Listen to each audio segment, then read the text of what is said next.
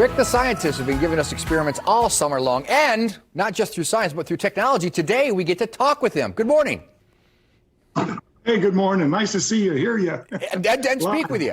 Normally, this time of year, you'd be doing some crazy scientific experiments with great principles behind them in our studio to celebrate Yes. Science Indiana, but you're still going to kind of do that, just not in person, right?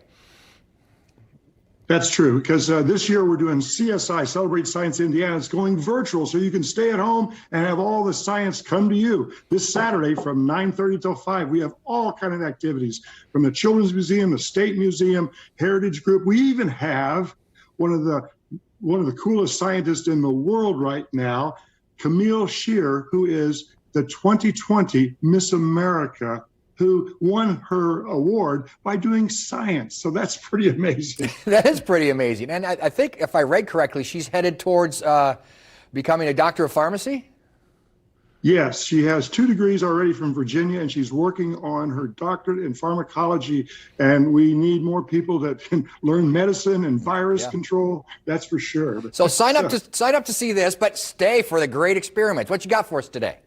So there's going to be a lot of different activities every hour, and I'm going to be doing 4 of them. And one of my favorite one is something I call discrepant events. If you're getting like me, you see something and your brain says, that's not supposed to work like that, and it makes you concentrate more. So you may have tried this one at home, but you get some water and you put a piece of plastic or card over it, and you turn it upside down, and you hope, 1, 2, 3, that it stays in there. You would expect gravity to pull it down, but because of how water likes to stick together and the forces of gravity and the cohesive of water, it stays. So that's kind of cool, but that's not really a discrepant event. So I have this container right here, and I like to, it's got some screen on it, a window screen.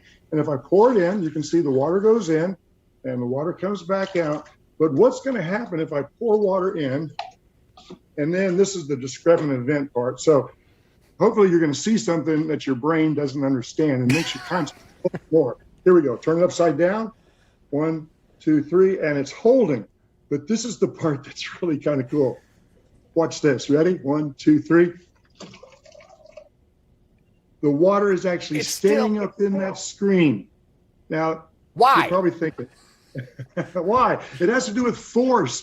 And all that water is divided into little bitty squares of that screen. And if I tip it, I'm going to make it unbalanced, so water will come out this side and not the other side.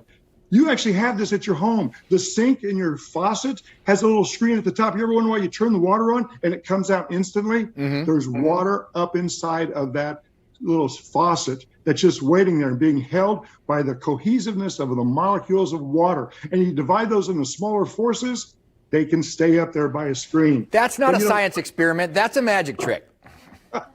You know, I don't use that word magic, Tracy. Okay. It's science. All right.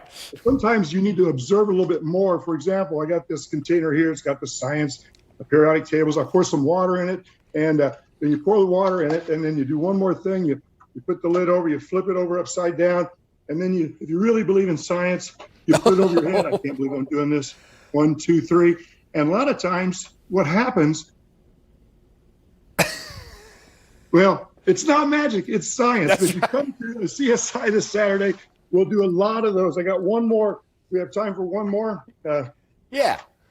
So there was a famous scientist by the name of Michael Faraday who did a Christmas lecture all about the combustion of a candle. And so a discrepant event is when your mind sees one thing. I get this candle going, here we go. And what happens is you can observe this candle. There's those gases. It's round, it's cylindrical, but if you really use your mind and observe it, maybe you can do this. Ready? Oh, what? Just saying. Science is about observations. What? And either you think I'm really weird or you're paying more attention to the candle I just had here. So I hope you guys come to CSI this Saturday, meet and talk with Miss America, or learn some discrepant events that makes your mind not believe what your eyes just saw. What did you just eat? What are you choking on? It definitely was not a candle wax. And what the wick, your mind thought it was a wick. Right. It was actually an almond, a sliver of almond That's that why I has was oil in okay. it. All right. And it says I put it in a candle. This is bias, and when you do science, you want to make observations, Sure. not inferences. Right. And so your mind went to, oh, it's burning, looks like a candle. Must be a candle. Well, maybe you need some of that water too. So I'm getting ready. I'm thinking about that. CelebrateScienceIndiana.org, correct? Yes, you just go to the website, click on, pick a session all day long. Fantastic. We'll put that link on IndyStyle.tv. You know, I do study the elements, but I only do it periodically. At least you're doing it.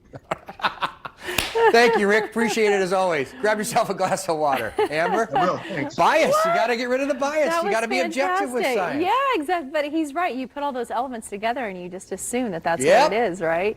Kind of That's think why a we little love harder than Thursdays that. with Rick the Oh, I Scientist. love him. He's so much fun.